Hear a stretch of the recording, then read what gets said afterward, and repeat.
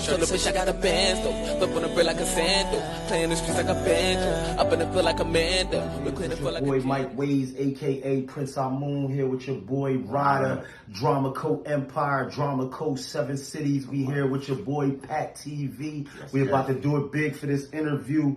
Go represent that, cop that Drama Code Records, them fresh hoodies, all of that, man. Official Drama Code Empire at Instagram, inbox us. Get at me. Yikes.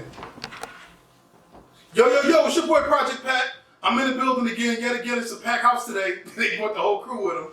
The homie Mike Wayz, he came through. Yeah. He came through to show me some love. He gave me a crazy drop. But before I start the show, I always got to get our intro, a little bit of words, little inspiring words. Today, before the show started, I talked to these beautiful people in here. You can't see them because they're behind the scenes, but you'll see them very soon. They represent that Drama Code Records that you'll soon learn soon. Mm-hmm. So Jersey support Jersey, not just Jersey. Everybody support your neighborhood. Yeah. And but also too, think like this. Don't keep yourself in a broad state. Like you can support your neighborhood, but y'all want to expand to the outer layers of the community. You know what I'm saying? I want to stay on the equator. I want to hit the whole globe.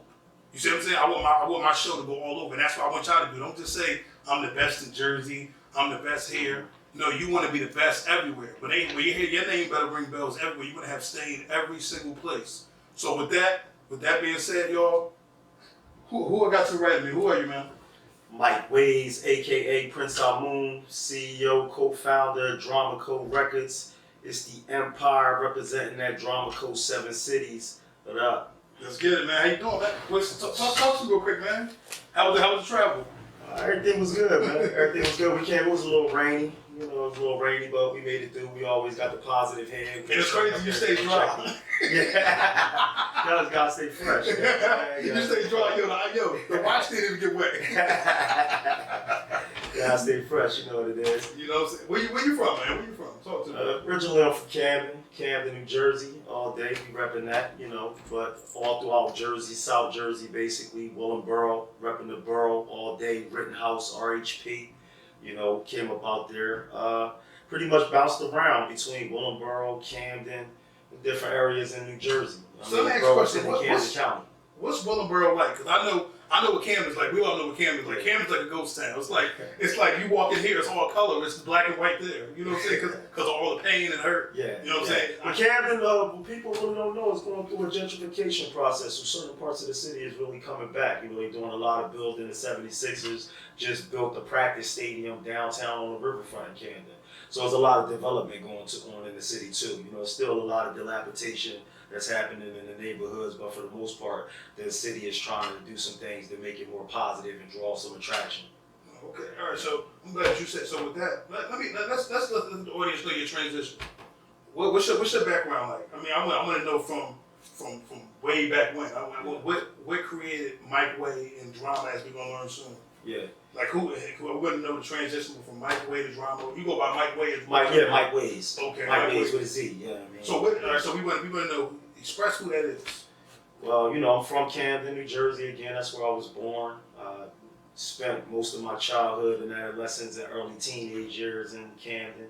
I moved from Camden when I was about 13, 14 years old to Willingboro. But prior to actually moving to Willingboro, there was a lot of things I got into with family members out in Camden, just growing up, learning. I was always a small kid, so, it was a lot of things that used to go on in the hood. My mom, she had a good head on her shoulders. She always wanted to raise me and my sister and my brother, her kids probably. So she gave us the right mind, always put in us to get a good education. So, that's a different dynamic growing up in a city like Camden, because it's rough. So with that being said, me being small, I had to really learn how to use my brain, to kind of maneuver my way around, because I wasn't the biggest and I couldn't just out-fight or out-maneuver everybody. So, with that being said, by the time I was like 11, 12, me and my cousins and family members, we started putting together groups. The first group we put together was called LNIC. You know what I'm saying? With my people, Yo Astro. Definitely shouts out to Yo Astro. Shout out to Yo Astro. Definitely AVR Music doing this thing all day. You know, that was one of the first collabs we had back in the day when we was young, because we was always entrepreneur minded because of how we was raised, the things that our moms and everything put into us. They really was coming from a different era out of the black community after, you know, the civil rights movement, and that pro-black era was being snuffed out. You know what I'm saying? So yeah, then we moved down to Willingboro by the time I was about 14, and that's when I really started clicking up with my squad, and that's where really Drama Code Records comes out of that era in Willingboro. It actually started off as Alliance Fleet. Me and a couple of my other guys up Willingboro, RHP, shouts out to Vet Tracks. My man Vet Tracks doing his thing, he running crazy, you know what I mean, producing them ill beats. He's got a couple situations on deck. Shout out to Drassa Law, we got some projects coming soon. Shouts out to Feet Diggy, shouts out to Rod and everybody, you know what I mean? But that's where we started around in that Rittenhouse era in Willingboro. And that's where Drama Code came out of. And you know, we pretty much put together the situation, started as Alliance Fleet. It began to develop. So by early, I would say 2000, you know what I'm saying, we had a management distribution deal with a label based out of Philadelphia called Big Time Enterprises. And from there, that's where, you know, we start bringing in more talent and people around us and building our foundation. Start bringing in a lot of cats that you see that's in the movement with us right now with Drama Code Records and the whole Drama Code empire. From there, you know, a lot of things happened. We lost a couple soldiers, a couple people died in the situation, a couple people went to jail, did some bids, things that I'm not gonna go too far into, things that happened, you know what I'm saying, along the way, but it was molding us. You know what I'm saying? Getting us prepared for where we at right now and where we actually headed, because it's like gold. You know, when you're going through the refinement process, the heat got to be turned up to 2100 degrees Fahrenheit. And when they get that hot, the hotter the heat go, the more the refinement process comes, the more pure the gold comes out. So it got hot for us. Yeah, when the stove don't work, we boil hot water. Salute the shakes. Yeah, so you know, it just got hot at a time period for us, early 2000s, mid 2000s, going into the 2010s. But you know, we was able to regroup, get things together. So by 2011, I was able to incorporate the Drama Fleet Records LLC as a business structure in New Jersey.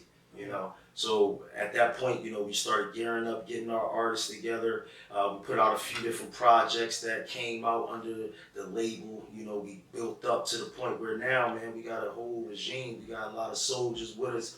We got a lot of refined men at the forefront, generals that been through, you know, a lot, refined themselves through their experiences in life. And we just at a point that we ready to go, man. We ready to go. We standing firm. Shots out to Sham Saucy, the whole Saucy gang, Bam Ski, Drama Code 7 Cities, Rado. We coming, man. All right. So I want to stay right there for a little bit. You gave me a lot. So you kind of illustrated Drama Code as a militant empire, right? So would it be safe to say that the streets had a big involvement in y'all growth? I would say so, definitely, because we all have our experiences, you know what I'm saying? And Drama Code and Drama Code Empire is really like a family, you know what I'm saying? And in that family, you got a lot of different personalities, you got a lot of different perspectives, and everything in life comes down to perspective, because we can all be looking at the same chair, but we stand in different spots around that chair, so we seeing it in different perspectives. So with that, that's one of the beautiful things about the empire. Everybody's bringing their own perspective, and we all as a family appreciate the perspectives that everybody brings, which gives us a total perspective of what it is that we try to see, and that's how we move. Yeah.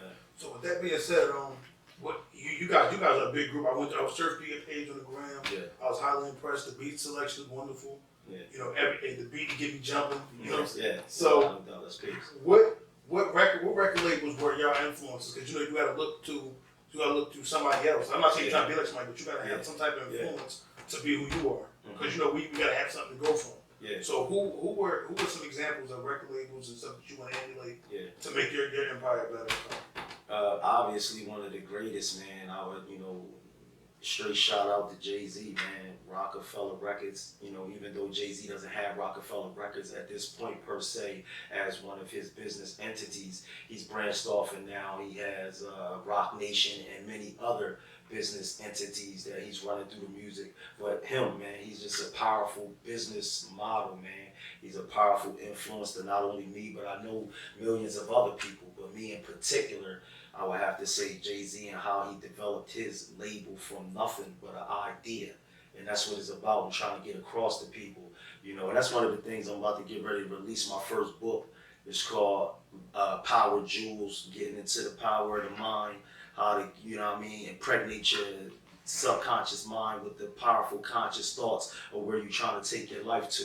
You know what I mean, and actually live that out and stand on it. But people like Jay-Z is prime examples of how we can start with absolutely nothing but a thought and stay focused and firm on that thought and bring it to its fullest fruition in reality, as all things in reality is only a reflection of the thought that produced it. Okay, brother. I'm surprised you ain't say 50 Cent. I mean, you know, but he was the next. I was about to. 50. You looked at me like, I'm surprised you ain't say 50. I'm like, nah, man, I'm like, everybody ain't. You know what I'm saying? You ain't hear no. Nah, no, I just had to give salute Jay-Z because, you know what I mean, Jay really. Yeah, he's still going. And he's still going. He still got a strong example. At 50 years, too, you know, it's a lot. Master P. Salute the Master P, everything that Master P is doing. He set the example and gave us the blueprint of what it is that we got to do out the trunk, man. It's about not being consumers no more. We got to start putting ourselves in a position to be owning the means of production. So we printing clothing, that's what we doing. The God Our Moon, Drama Code Records, all of our clothing, check us out, man. We got that, inbox us. Whatever you want, we get it shipped right to your doorstep. We cutting all of the middlemen out. We controlling the means of production. We setting things up, and we trying to get our communities right. So salute to people like Master P, because he was one of the first to really set that type of idea and model up. I like that. You gave me a lot of drops. You just keep gonna give me this much. That's why I'm a little over here, like cooped up in the corner. I'm like, you done gave me the book. My man done gave me the book and everything. But speaking of devil, why I ain't get no clothes, man? Man, I did bring something, but that, you know, I mean, I did bring something. I'm joking with you. Nah, he gave me drop. He ain't give me no clothes. I'm like, damn. But what do you consider? What is your role in Drama Code? Are you a producer? You're a rapper? Mm-hmm. What's your role? Well, my main goal in the company, obviously, as one of the founders of the company, is, you know, I'm the CEO, so the Chief Executive Operating Officer. I make sure that everything is lined up, that the vision is right. You know what I'm saying? I put the vision, I tap in, we see the vision, and then, you know, I make sure that I oversee that happen, and I put it in the hands of all of my trustworthy soldiers, generals, and centurions, man, that's with me, and they on the front line and they battling. You know what I mean? So they give me the opportunity. I got so much great help with me that I'm able to really just focus on the vision so that it's right, because everything starts with the thought. If we're trying to get things right in outer reality, we don't do that by trying to deal with all the things that we see, touch, smell, taste, and hear. We deal with the thought that produces it. So I'm able to focus on the vision, you know. So as the CEO, my main goal is being the lead visionary. And from there, I got all of the, you know, the people around me and the resources to help bring those visions to reality, and that's what we see happening. So let me ask you a question. I'm gonna kind of flip the coin on you a little bit, right? So I recently actually watched a New Edition movie, right? And they had, like, you know, they all came up together. Mm-hmm. It was a big group, like you saying. You got generals, soldiers, all that stuff. Right. How would you feel if one? This is a personal question, not that, you know. But how would you feel if one of your guys just dipped off on you, like, after all the work you've done? How would you handle it? Because you know, like you say, you believe there's a lot of trust barrier there. But you know, you also gotta worry about the downslope as well, because we all know in these big businesses, when you get signed to the big majors, they replacing everything. They replacing managers. They replacing producers. Everything. So how do you deal with that type of thing? How do you well equip yourself, if that makes sense? No, it definitely does. And I think this is a good question. First, we try to, you know, always measure twice and cut once, meaning we try to get it from the root, and in that whoever we're dealing with, we try to make sure we got the right quality person. You know what I'm saying? We try to make sure we only dealing with the right quality people. So, you know, for the most part, we trying to get a certain type of people. You know what I mean? So we looking to get eagles, not ducks. So you know, with that being said, we try to weed out the good from the bad in the beginning. But if we can't weed them out from the beginning, then, you know, we pretty much just try to let the process weed them out.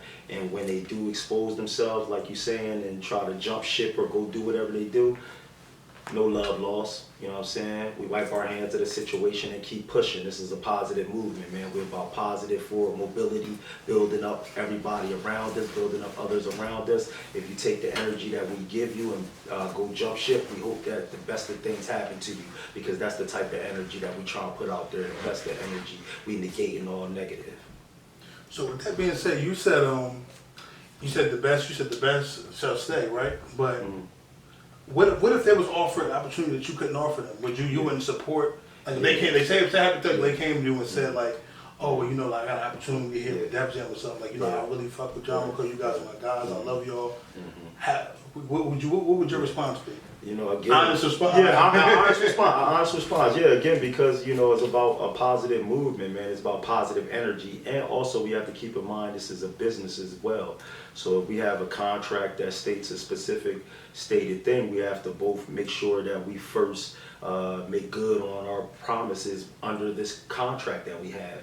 After that contract has terminated itself, at that point, I wouldn't want to hold anyone back from anything, and I would support them 1,000%. You a true CEO for that? I hear you said the contract in the first, but I thought we were just a group. Yeah, nah, but again, you gotta keep in mind, Drama Code Records is their label. You know You're saying squad? Yeah. I thought we was a group. I thought we were just chilling.